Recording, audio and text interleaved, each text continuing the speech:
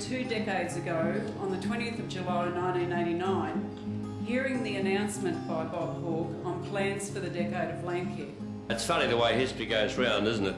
And bringing people together like that is what I set out to do, and I think it's appropriate that I should refer to some of the things that I said. Environmental problems today, more than ever, are global.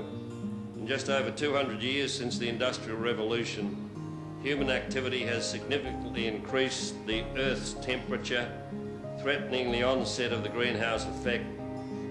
Huge areas of the world's tree cover have been destroyed.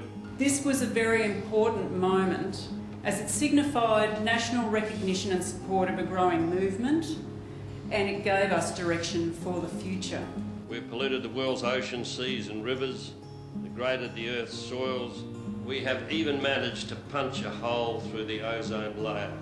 From that basic exposition of the challenges, the dire and fundamental challenges that we were confronting, I tried to set out a program for Australia as to how we would optimise our capacity as a nation to meet those challenges. The movement's huge. And it's not just people who call themselves landcare groups, it's bush care groups, it's friends of groups, it's farmers doing productive, sustainable agriculture initiatives. What Landcare Week's about is asking people to continue to be involved or get involved in new ways. Whether you're a diver, because there's aquatic species that you can look at, an accountant and if you like number crunching, then help out a landcare group do their financial spreadsheet. Whether you're out in a farm in the middle of nowhere, or you're actually, in metropolitan Sydney.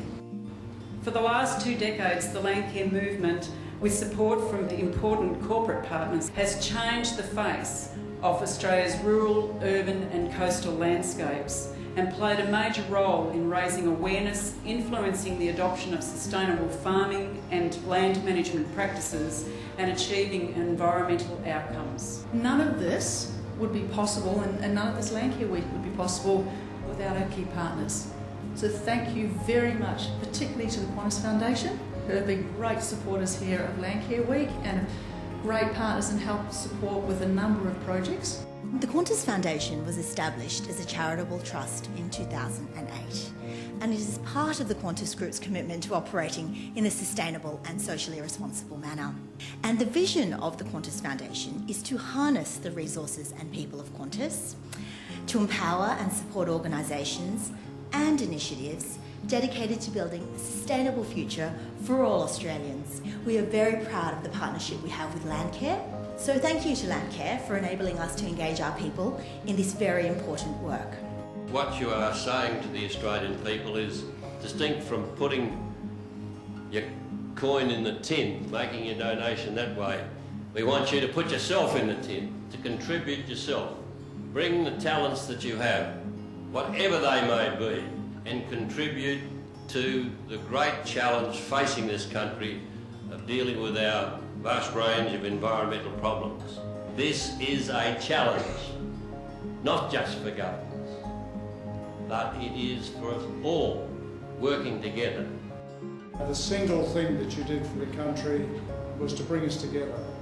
As well as all the wonderful reforms that contributed to our ongoing prosperity, bringing us together was a great achievement. And you epitomised tonight the great strength of leadership that you have, your commitment to us Australians, and of course your commitment to Landcare. So it's my privilege, Bob, to thank you for that, to thank you for putting your body and soul on the line again. Would you join me in thanking Bob Hawke?